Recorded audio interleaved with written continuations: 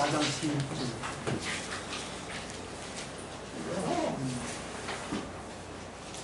하나님이 우리를 사랑하시는 사랑을 우리가 알고 믿었노니 하나님은 사랑이시라. 사랑 안에 거하는 자는 하나님 안에 거하고 하나님도 그 안에 거하신다. 딱 읽어보니까 이걸 알 수가 있습니다.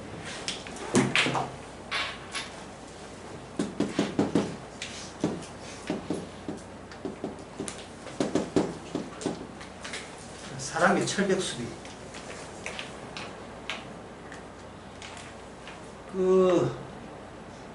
하나님이 우리를 사랑하시는 사랑을 우리가 알고 믿었노니 사랑이시라. 그게 이게 뭐냐 하면은 계속 사랑이라는 단어 가지고 계속 연결시키죠. 그러면 사랑을 모르게 되면 어떻게 돼요? 이 사랑의 그 공간에 진입이 실패하겠죠. 실패한다 이 말이에요. 그러면 이 사랑의 철벽 수비로 되어 있는 이 안에 누가 계시느냐? 하나님은 이 안에 계신다. 이 안에 사랑으로 둘러찬 그 공간 안에 하나님이 계시다면 그 사랑을 돌파하지 못한 사람은 그 하나님을 만날 수가 없는 겁니다. 그게 어디에 나오냐 하면 19절에 나와요. 우리가 사랑하면 그가 먼저 우리를 사랑하셨습니다. 이렇게 되어 있죠.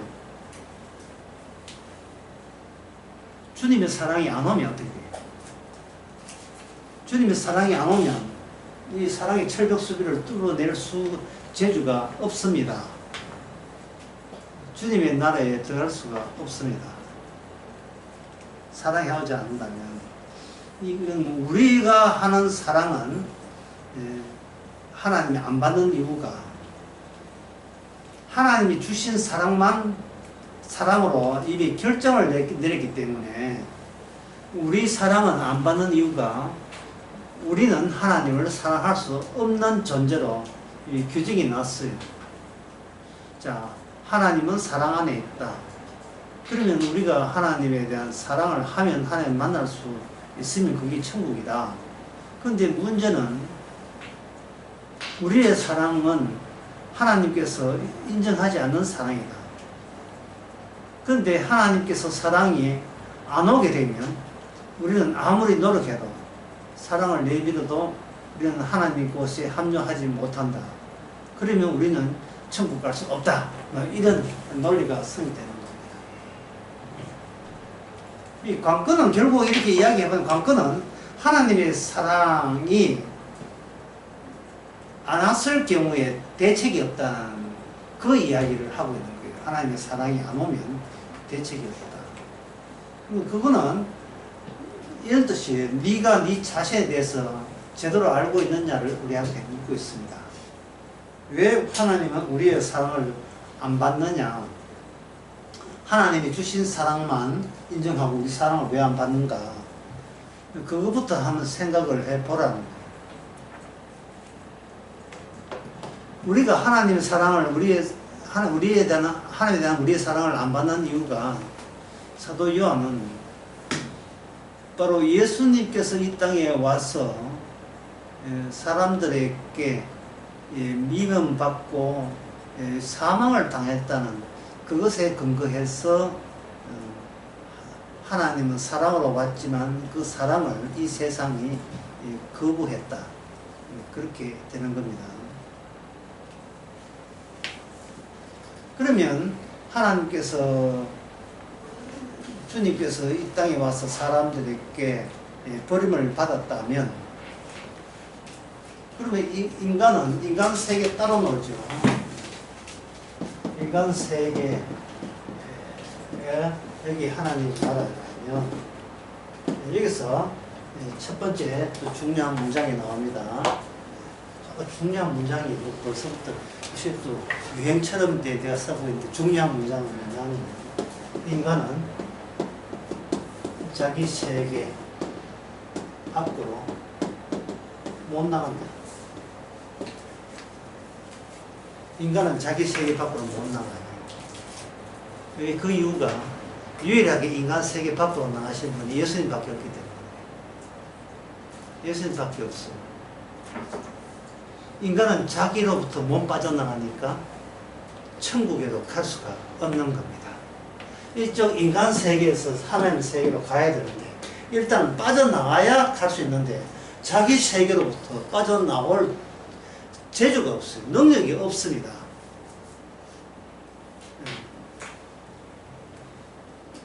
하나님 그 쉬운 예를 들면 이렇습니다. 방 안에 갇힌 어린 아이가 바깥에 벗어 다급해서 바깥으로 막 외칩니다. 문 열어주세요 하고 탕탕탕 하고 발까 차면서 문 열어달라고 이야기하는 겁니다. 어린 아이가. 그러면 집안의 어른이 애보고 하는 말이에요. 니 쪽에서 열어. 니 쪽에서 열어놨고 이쪽에서 열 문은 없어. 니 쪽에서 한번 열어봐. 근데 아이가 하는 말이 중요한 말을 합니다. 내 쪽에서 나갈 문이 내 쪽에서 없습니다. 그러면 갇힌 거예요. 그러면 갇힌 거예요.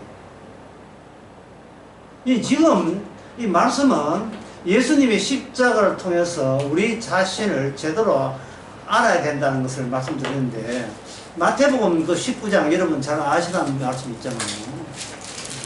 마태복음 그 19장에 보면 제가 한번 읽어볼게요. 다 아시는 말씀 잘 읽어볼게요. 24절.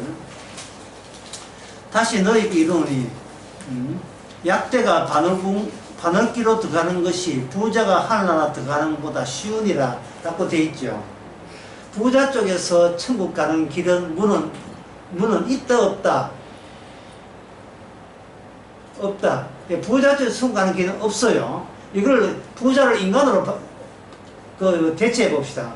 인간 쪽에서 천국 가는 길은 그 문이 있습니까 없습니까? 문이 없어요. 문이 없는데 뭘 열어달래요? 앞뒤가 안 맞는 이야기잖아요. 문이 없잖아요. 하나님께서 문을 만들지도 않았어요. 인간 쪽에서. 인간 세계는요, 천국 가는 문이 없어요. 자체적으로 운영이 돼요. 자체적으로. 인간 세계는 인간 세계 자체적으로 운영이 된다고요. 그 세계에서 우리가 태어났습니다. 여러분, 이런 용어 압니까?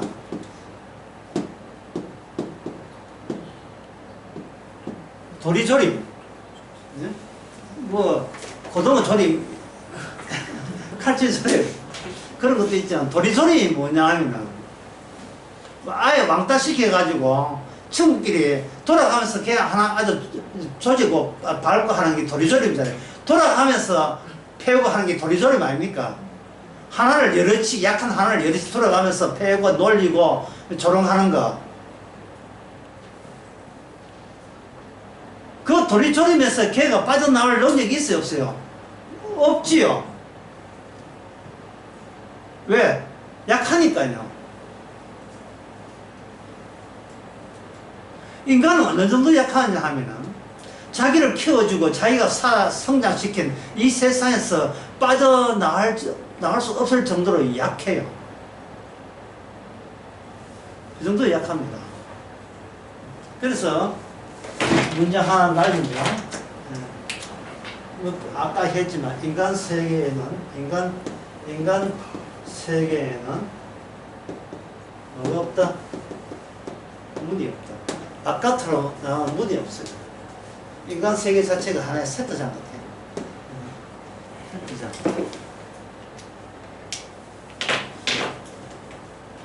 정말 이거는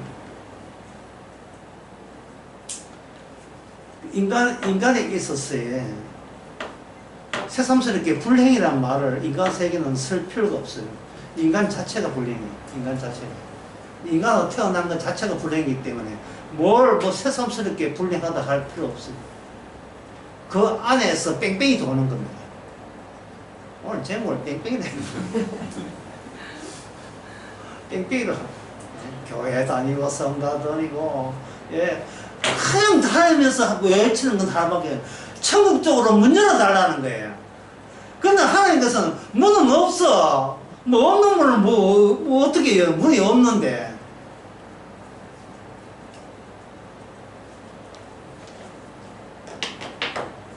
문이 없는 거예요. 이 땅에는 다른 말로 하고 요한 1서 이야기하면 인간 세계는 하나님이 필요한 사랑이 없다. 자체적으로는 사랑이 있는데 하나님이 원하는 사랑은 없어요. 그 근거가 뭐냐? 주님이 사랑이신데 사랑을 추방시켰잖아요. 내쫓았다.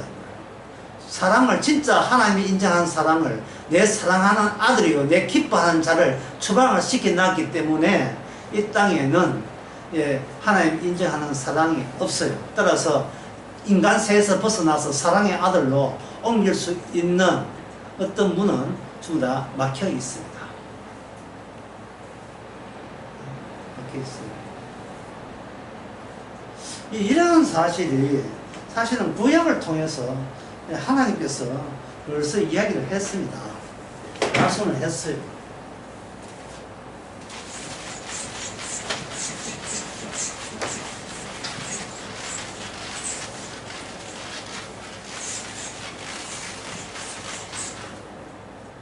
도리조림을 통해서 아까 도리조림을 계속 도리조림을 통해서 예, 타인들로부터 예, 구박을 당한다, 구박을 받는다 라고 이렇게 호소를 할 때 강자가 약자를 이렇게 못 살게 할 때 이 약자가 할 수 있는 처신, 그 태도는 어디에 호소할 수밖에 없습니까? 약자가 할 수 있는 최선의 선택은 강자에게 호소하는 거죠. 강자에게 호소하는 거예요. 강자한테 호소하는 겁니다. 이러면 이 약자는 인간 세계에서 빠져나올 수 있어요, 없어요? 못 빠져나오죠. 왜? 강자가 없으면 예, 힘들고 그 강자한테 의지함으로써 예, 구박받는 것을 잠시 멈추거나 예, 지연시킬 수 있겠죠. 그러면 아까 그 마태복음 19장 24절에서 예, 강자는 누가 된다?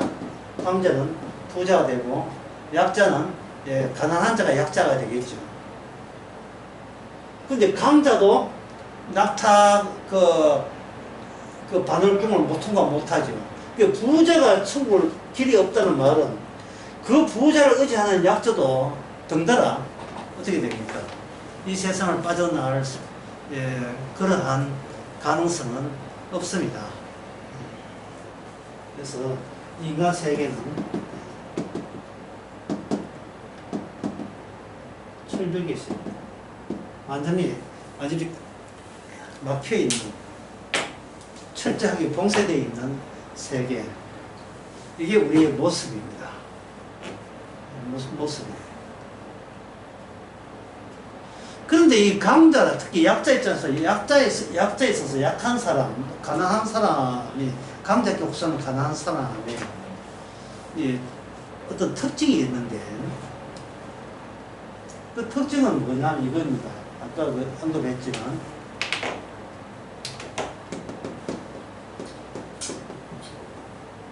살려주세요. 누구를 살려달라고 합니까? 누구를? 나를 살려달라고 하잖아. 그러면 나를 살려달라고 한다면 강자에서 압박을 받으면서 약자에서 튀어나오는 신음소리와 하소연은 나를 살려달라는 거예요.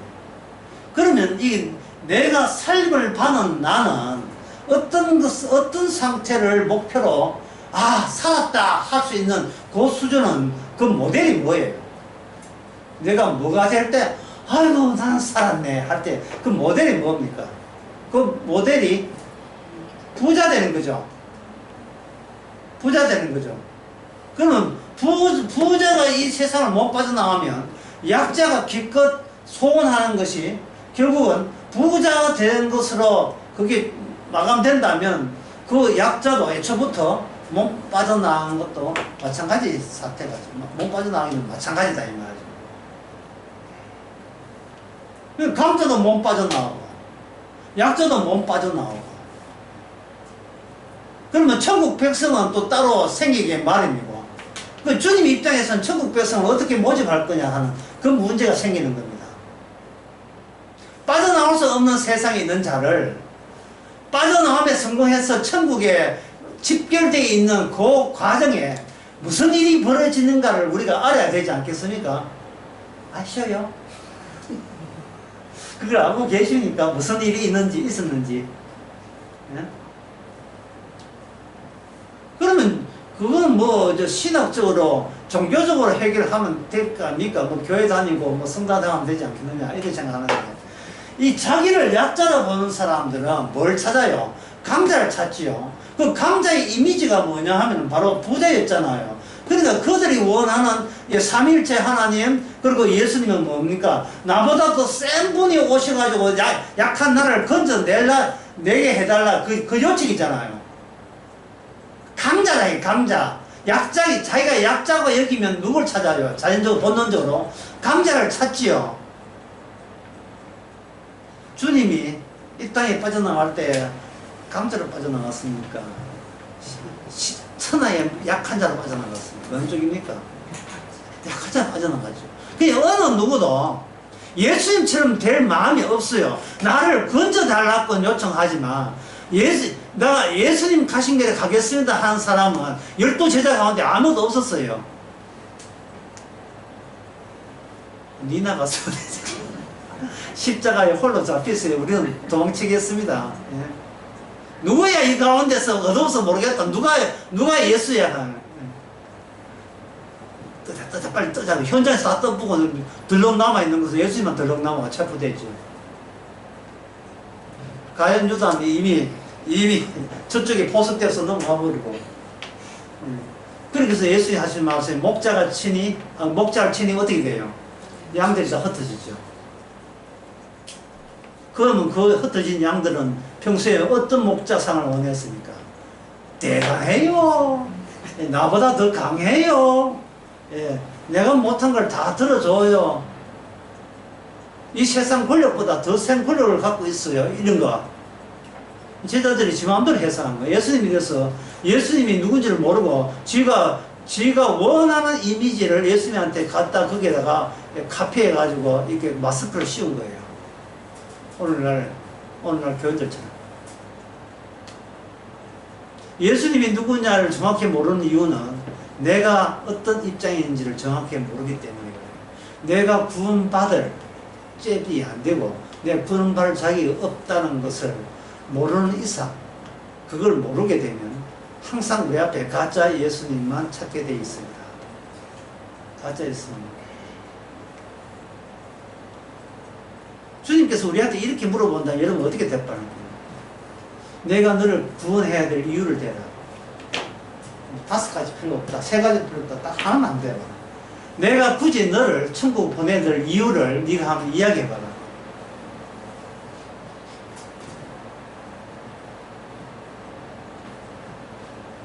이유를 뭔데?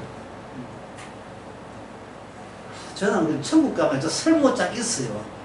그렇게 한다면 주님께서 뭐라 하겠습니까? 그 생각은 내가 이 땅에서 가진 생각과 정반대인데 나는 그것을 죄라고 규정한다. 또 다른 이유. 방금 그 죄된 이유 말고 또 다른 이유 대봐.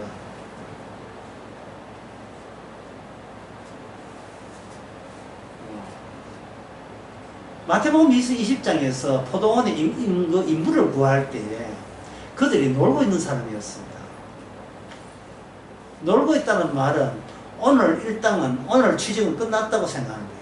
아무도 나를 서지 않는다는 것을 이미 그걸 기정사실화시킨 거예요. 포도원 주인이 나를 서지 않는다 할지라도 내가 슬퍼하거나 분노할 그러한 처지에 있지는 않다. 다시 말해서 하나님께서 나를 천국에 안 보내준다고 해서 내 쪽에서 화를 낼 어떤 근덕지, 어떤 근거는 내한테는 존재하지 않는다.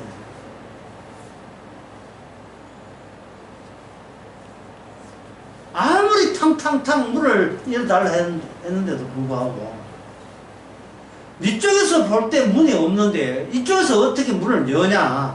아이고 답답하. 원래 너 세계는 문이 없어. 문이 없는데 열어달라는 말이 그게 말도 안 되는 이야기죠. 열어달라는 게 네 그냥 그 동네에서 그냥 살아. 그 동네에서 살아라.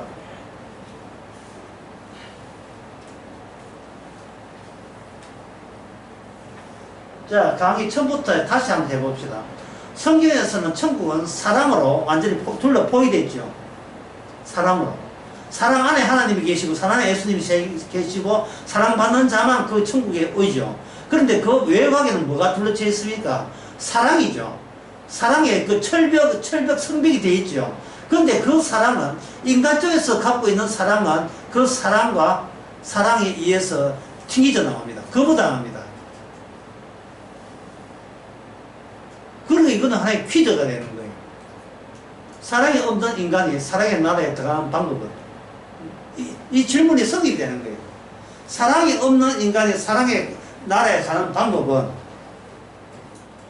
그러면 그 성 안에 있는 하나님의 사랑에서 사랑이 오면 되잖아. 오면 되잖아. 이걸 이제 정답으로 이야기해 주죠. 근데 그 정답을 딱 내는 순간 그 사랑의 나라에서 이렇게 이야기합니다. 안 주면 어떨 건데? 안 주면 어떨 건데? 아니, 여기서 답변을 잘 해야 돼요. 안 주면 어떨 건데? 답변하기를 이렇게 답변해야죠. 사랑 안 줘도 괜찮아요. 이래. 다시 말해서 나는 천국 안 가도 좋아요. 이래. 그러면 저쪽 천국 쪽에서 천국을 안 가는 게 문제가 아니야. 네가 있는 곳에 이거는 사랑이 없기 때문에 그거는 저주의 세계야. 그 지옥이야. 그래서 좋아? 그럼 어떻게 돼요? 답변 잘해야 되죠. 죄만 지은 인간에게 저주가 합당한 이이다. 뭐 이래 니이다. 이렇게 갖다 붙여야 되죠. 그러면 저쪽 주님께서 하시는 말씀입니다. 네가 죄를 안다고 생각하느냐? 네가 죄를 안다고 생각하느냐?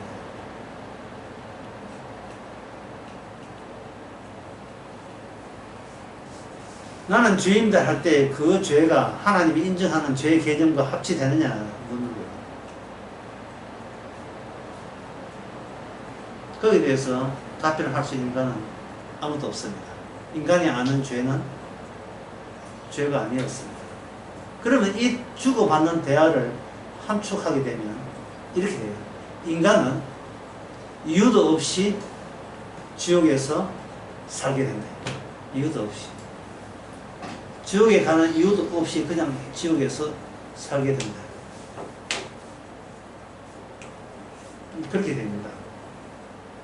상당히 그 냉혹하죠.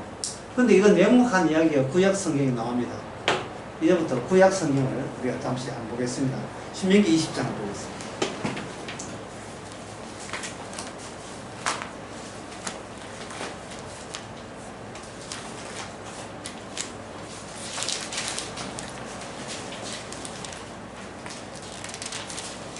신명기 20장 1절에 보면 1절부터 8절까지 제가 설명을 할 텐데요. 1절부터 보면 이렇습니다.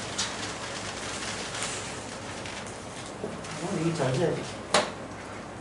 너가 나가 대적을 싸우라 할 때 말과 병거와 민중이 너보다 많음을 볼지라도 그들을 그 다음에 뭡니까? 두려워하라. 넘어가서 3절에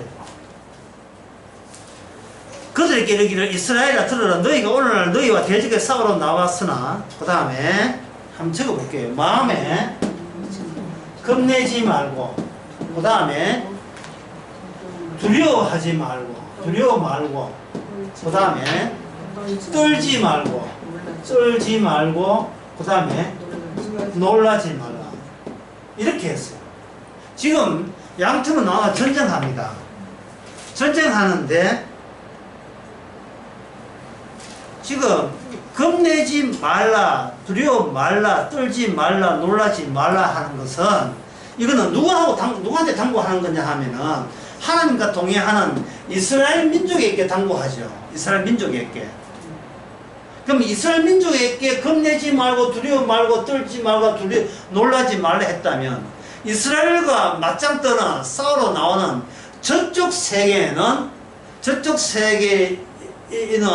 이 여호와 하나님이 일으키는 전쟁은 어떤 전쟁이 되느냐?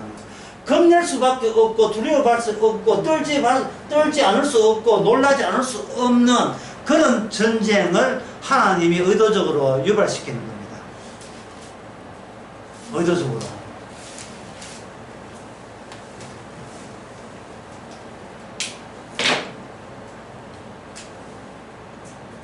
그거는 뭐냐 하면은 아무 대책도 없고 문도 없고 소망도 없고 그냥 태어난 대로 그대로 살아가는 그 이방 민족들에게 이스라엘 존재가 어떤 존재냐 하면 예상 밖으로 겁나고 두렵고 떨고 놀랄 수밖에 없는 존재, 낯선 민족으로 그들 앞에 나타나게 하는 거예요. 낯선 민족으로. 이방 민족에게는 그 정확한 예가 뭐냐? 여리고성에 있는 기생라합이었잖아요. 기생라합이 그 정탐꾼을 살려준 그 적군의 스파이를 살려준 이유가 뭡니까? 이거는 뭐 우리 동네 사람들 다 이미 이스라엘이 나오면서 애굽에서 나와서부터 광야에서 이미 소문 다 들은 거예요. 그들은 이스라엘 다치기 전부터 이미 그들은 겁내고 있고 두려워하고 있고 떨고 있고 지금 놀라고 있는 겁니다. 놀라고 있는 거죠.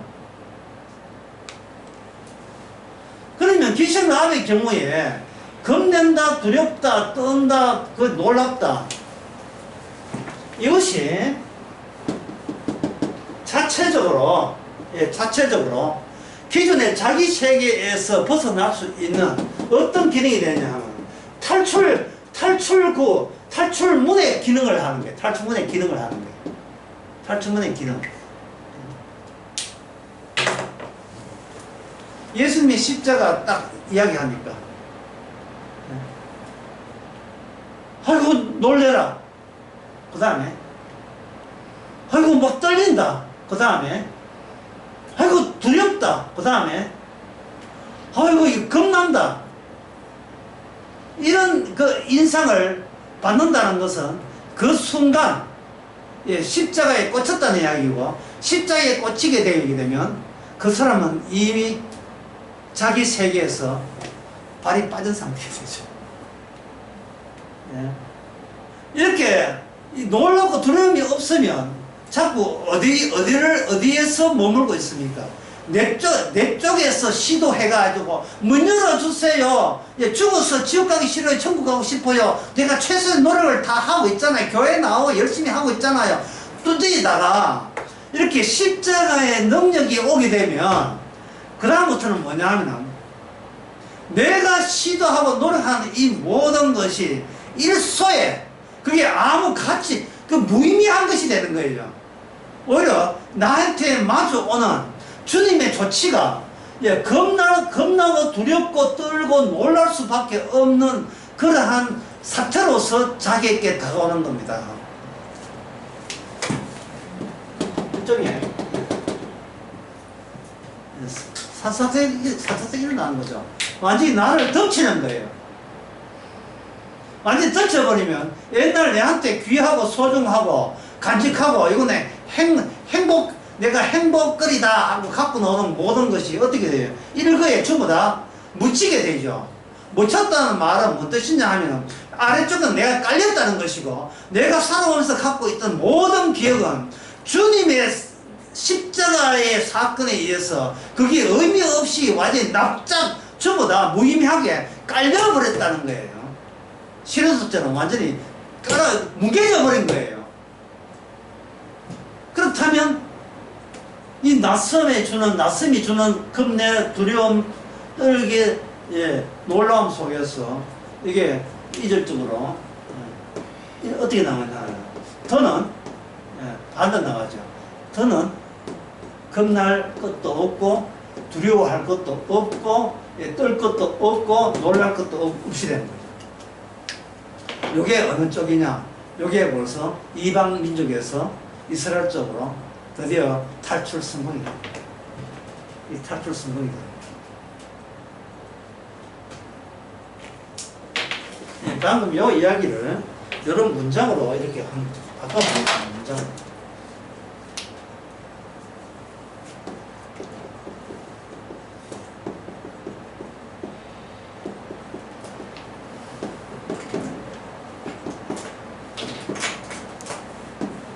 어떤 일이 일어나더라도 뭡니까? 놀라지 마. 놀라지 마. 놀랜다는 말은 아직도 내가 기억하고 있는 내 세계에서 팔을 못 빼고 있다는 증거죠. 뭔가 일에 놀란다는 것은 자기 자신에게 믿음 갖고 있고 예착 갖고 집착을 하고 있다는 것이에요. 내가 성경 공부해가 신학 공부해서 내가 복음 공부해서 그것으로 나를 천국으로 나를 이렇게 강제로 밀어보려고 시도하는 것은 애초에 뭐가 없으니까 그런 문은 없습니다. 그 시도는 다 헛사예요. 그에 대한 믿음 소망 사람은 주님께서는 거절합니다. 안 받습니다. 너무 무서워서 너무 두렵고 놀랍고 겁날 많아서 이제는 저는 십자가 소식으로 인하여 이 세상에 있는 어떤 일이 일어나더라도 예, 놀라운 일은 니에 해당되지 않는다. 어떤 일이라도 해당되지 않는다. 한 가지 예를 들겠습니다. 저도 그 서울에서 젊을 때 20대 후반 30대까지 좀 살았는데 그 서울에 그때 기억하는 것은 옛골목이에요. 서울의 옛골목이에요. 그 당시에 서울에 옛날 1970년도에 옛날 골목을 이렇게 보게 되게 되면 지금 가기는 상당히 정치가 있어요. 그때는 좁은 줄도 몰랐죠. 당연히 다 그런 길로 되어 있기 때문에. 이 오르동 이 골짜기 보면 비슷한 골짜기 골목들이 있잖아요. 그 가옥 구조, 그 가옥 구조를 보게 되면 지금도 그 안방에 안 들어가도 안방에는 어떤 게 있을 것 같으냐 하면 알루미늄 접이시 밥상인데 공작새 이렇게 복사해가 거기에 아주 가벼운 거기에다가 김치하고 밥하고 여기 고추하고 찍어 먹는 된장하고 이래가지고 그때는 김도 귀했으니까 그래 앉아가지고 사이좋게 꿀 앉아서 이게 내 둘러 앉아서 이게 먹다가 막 머리 막 다치고 해가지고 그때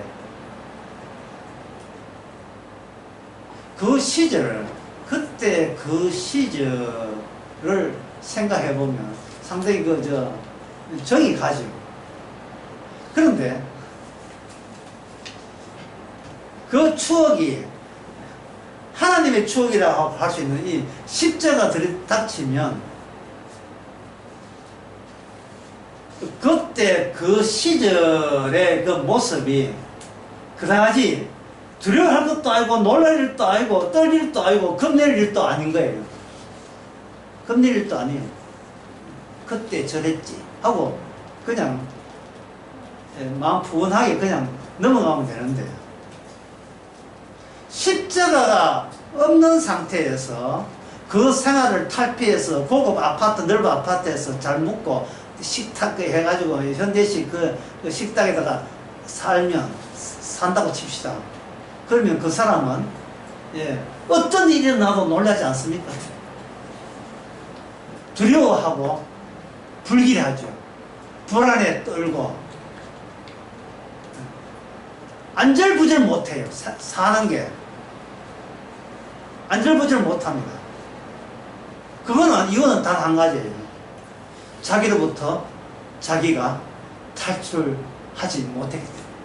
자기로부터 자기가 탈출하지 못했어요.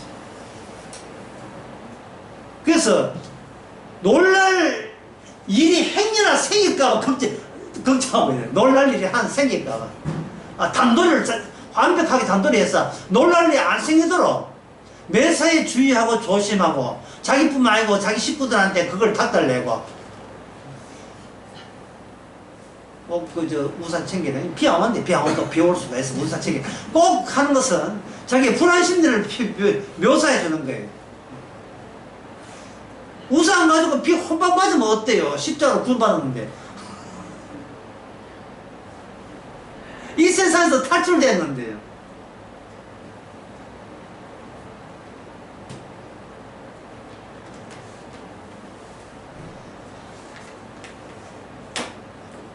그래서 방금 이야기하는 것을 저는 이런 문장으로 한번 바꿔볼게요. 이런 문장으로. 질문 형식의 문장인데.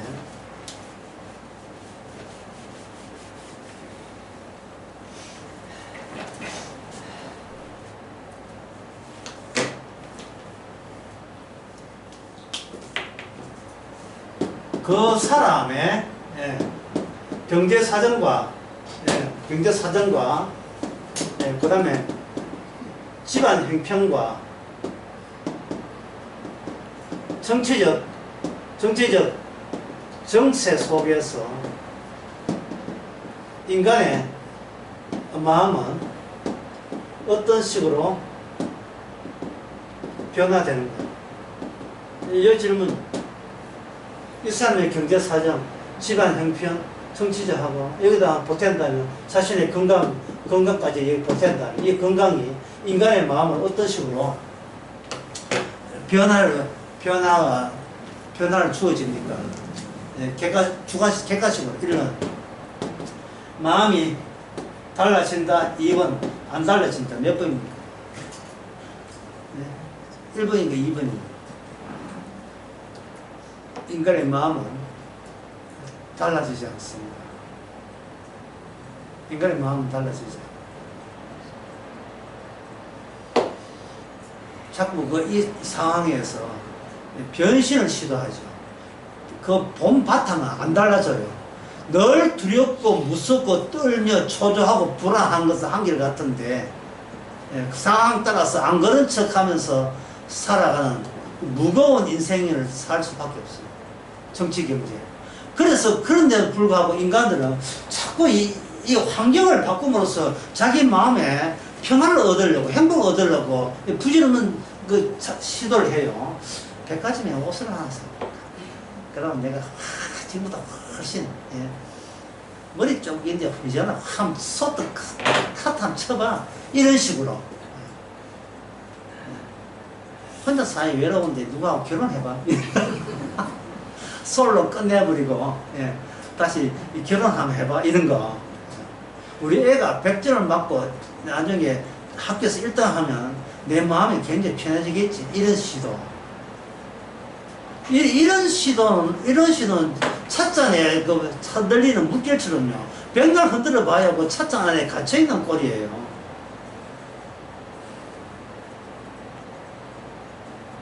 그래서 오늘 강의에서 제일 어려운 대목에 이제 왔습니다. 뭐냐 하면,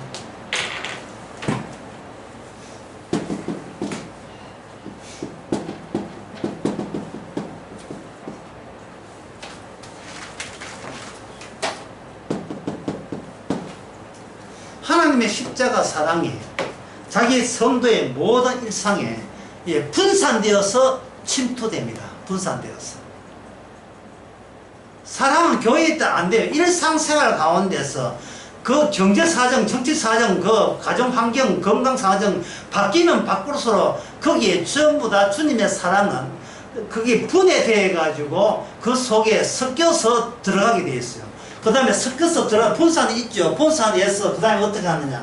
놀라운 점은 분산해서 이 자기가 뿌려놓은 이 사랑을 주께서는 회수를 합니다. 그 회수해서 나오는, 분산해서 다시 회수를 하게 되면 나오는 것은 뭐냐, 바로 십자가 사건. 십자가 사건에 이것이 모아져요. 사도 바울이 말하기를 나는 십자가 외에는 자랑할 게 없다. 저는 십자가 외에는 알지 못한다. 그러면 처음부터 십자가 하면 그건 아무 의미 없어요. 십자가가 우리의 삶 속에 이렇게 분해되어서 침투하는 현, 분산 현상 또는 침투 현상이다. 침투 현상. 이 문장을 같은 뜻인데 다른 표현을 해볼게요. 사랑에 의해 환경이 주어진다. 환경 속에 사랑이 침투할 수 있지만 내게 주어진 사랑 자체가 그게 하나님의 사랑의 모습이라며. 여러분들은 얼마나 고마운 일입니까?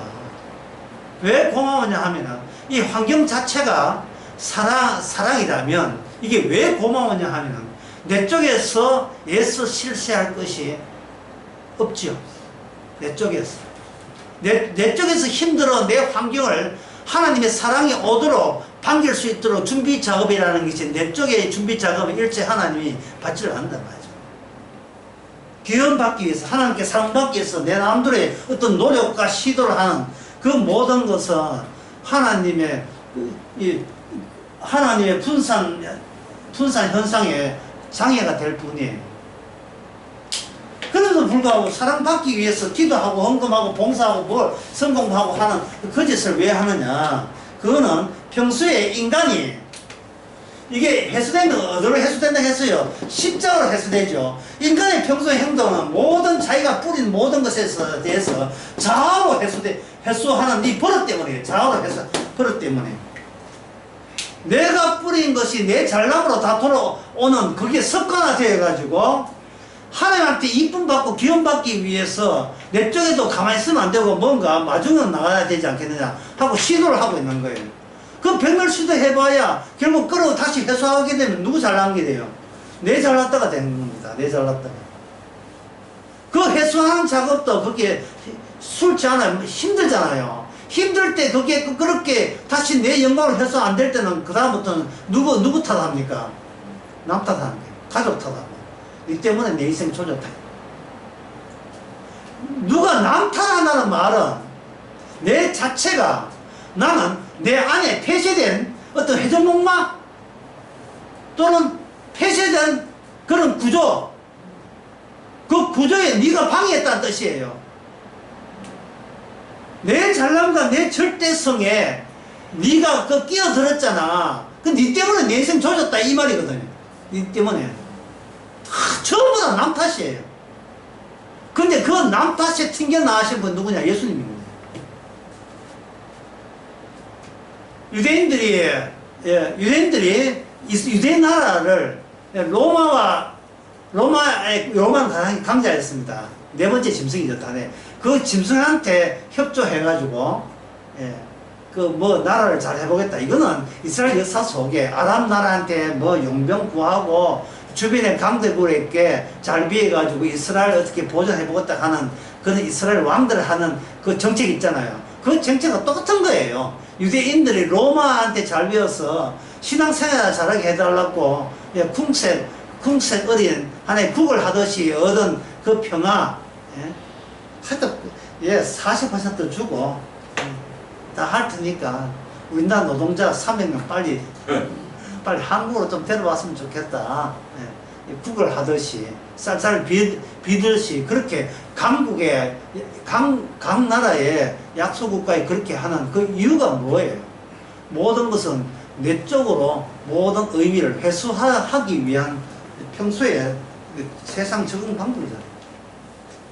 이것은 결국은 하나님 사랑해 핑계에 그거 결국은 누구 사랑이냐? 내가 나를 사랑하는 것. 그것에 지나지 않습니다. 거기 이제 사랑의 산사태가 지금 덮쳐져야 돼요. 덮쳐져야 돼요. 노래 이런 노래였어요. 옛날에는 사랑을 믿었지만 이제는 믿지 않는다. 옛날에는 사랑을 믿었지만 이제는 믿지 않아요. 지미리 불렀던 하얀 민들레는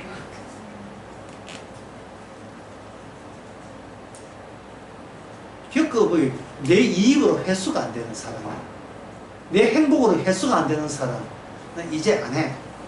이거는 처음에 얘기했듯이 인간은 자기로부터 자기가 벗어날 수 있는 문은 인간에게는 없습니다. 평생 없습니다. 영원토록 없습니다. 자기 안에 갇혀 사는 거예요. 그래서 바깥의 상황을 보고 두렵고 떨고 무섭고, 예, 또 한 가지 뭐 겁내고 일상생활 일상생활 겁내고 두렵고 떨고 놀라고, 이게 신약에 보면 불안하고, 불안한 거예요. 왜 불안한지도 몰라. 그냥 불안해 올라와요. 그냥 불안해. 그리고 거기에 대한 대처는 전부 다 누구 탓? 남 탓하고. 우리 일상 그 요소 빼놓고 다른 요소 있는 거 한번 돌아보세요. 없지요. 내가 스스로 나한테 가치 있는 식으로 평생을 살아가는 거. 그것을 하나님께서는 그걸 뭐라고 하냐. 예, 형벌이에요. 하나님께서는 죄 짓고 형벌을 주시는 것이 아니고 형벌을 먼저 주시고 거기에서 죄가 나오도록 조치합니다. 형벌부터 먼저 주시고 두렵고 무섭고 떨며 놀라는 것부터 먼저 주시고 그리고 거기서 뭐가요? 죄가 나오게 함으로써 인간이 본인도 모르는 죄가 이 인생 자체를 형벌로 간주함으로써 비로소 자기의 죄를 아는 기쁨을 주셔요. 자기가 죄를 아는 기쁨. 인간은 의는 없어요. 의는 안 나와요. 의라는 게 있을 수가 없어요. 자, 그러면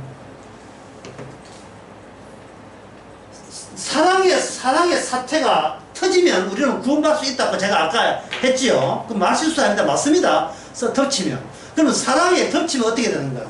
이 형벌 속에 주님의 사랑에 들어오게 되면 그냥 들어온 것이 아니고 모든 상황 따라서 사랑이 자체적으로 사랑의 분에 대해서 섞여서 들어와요.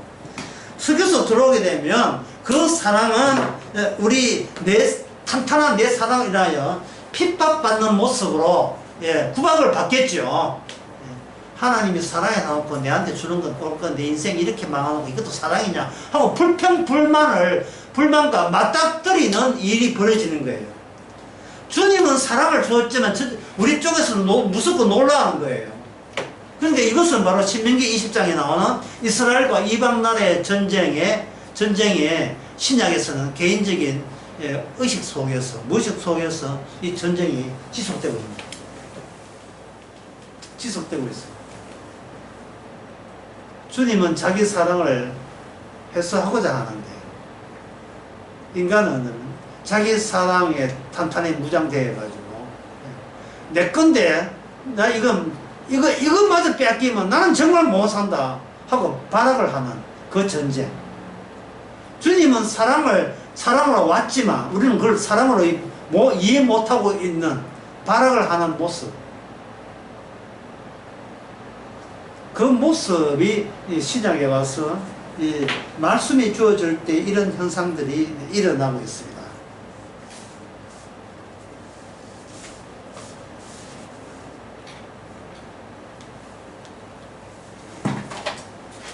자, 요걸 제가 환성통로로 설명해 보겠습니다. 환성통로.